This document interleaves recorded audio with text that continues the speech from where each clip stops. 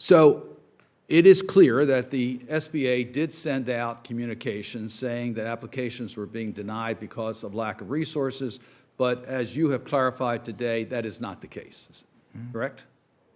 Yes. In all of those instances, both of those messages, I believe, were communicated to the borrower.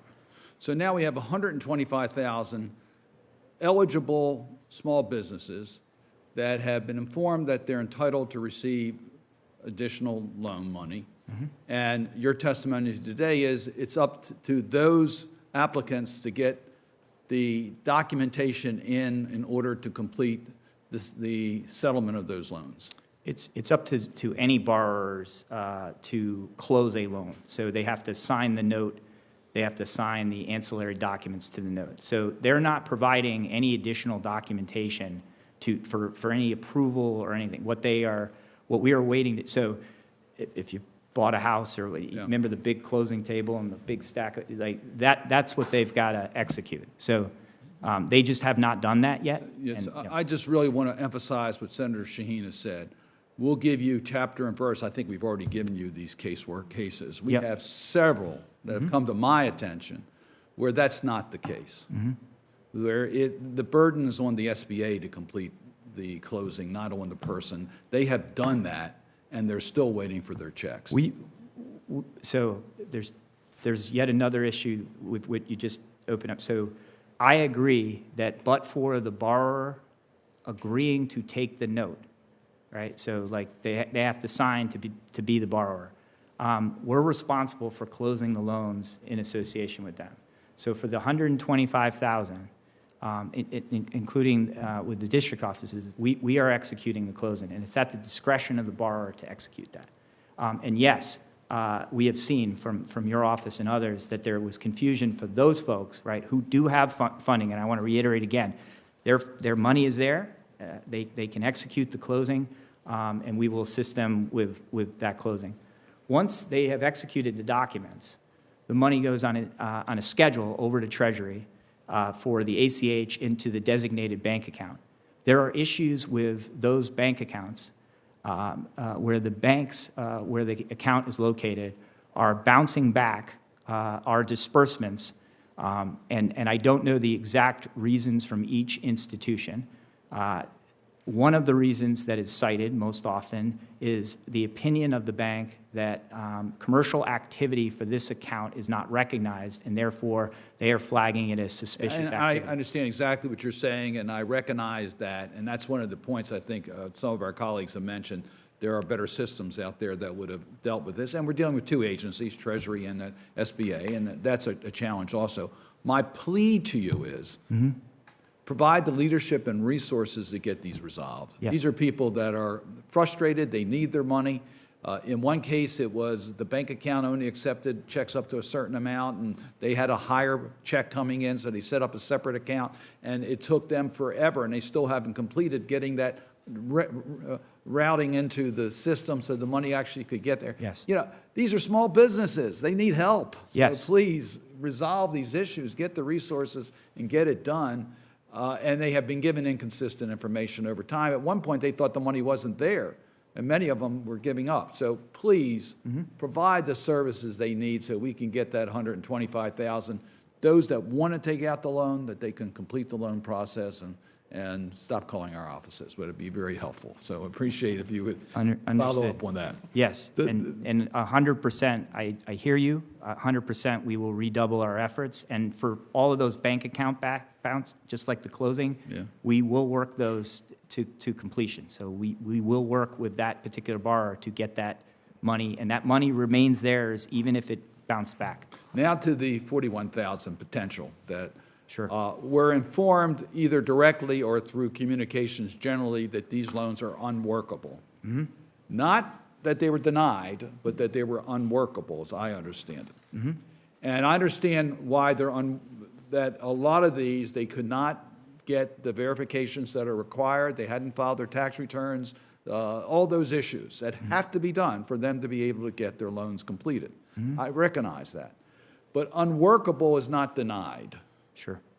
And and some of these, many of these, according to the casework notes that we have, they think that they have given the adequate information or that they can supply the adequate information, but they haven't gotten that ability to do that because of the way the system is set up.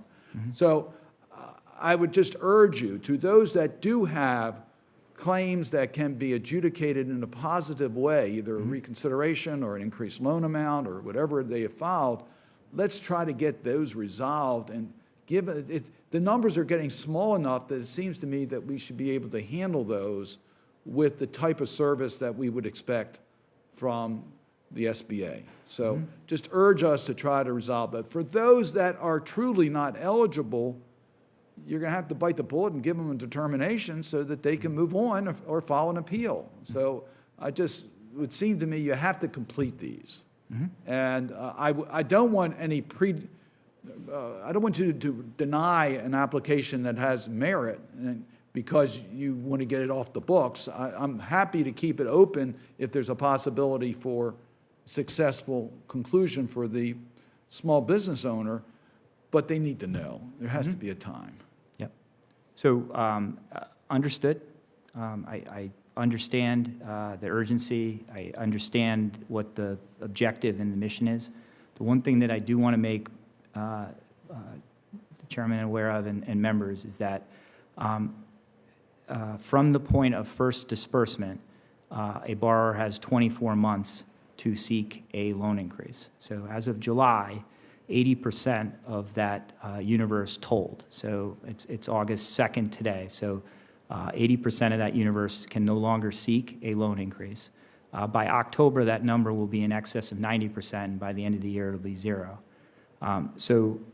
What's important to understand, too, is that, again, the program did formally close, as you guys know, on December 31st from taking new applications.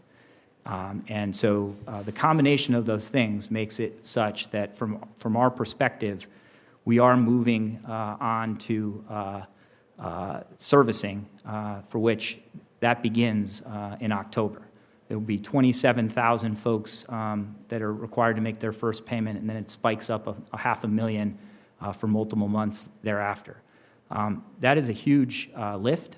We're going to have to onboard the staffing that we briefly scaled back when originations concluded to come back on board, despite the fact that this committee and the Appropriations Committee made billions of dollars available for COVID EIDL admin. The COVID EIDL RER Rapid Portal does not handle servicing.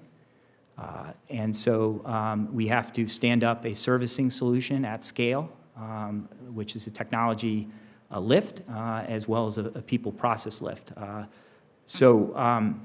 We're facing that, in the next 60 days. So I understand the frustration that folks feel, out there as a part of that 41,000. But from the perspective of what I can assure you is that we did work with these borrowers to find a yes.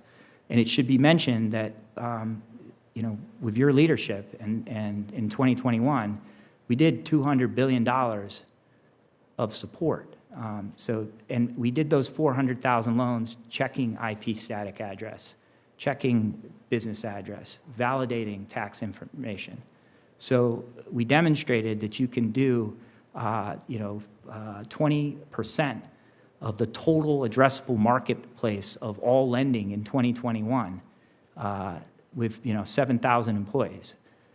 So we did that together. And yes, there are definitely things that we would do differently and have learned from, for sure.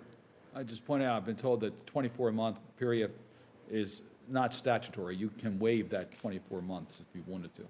Sure. I understand the note. Yeah. Senator Ernst.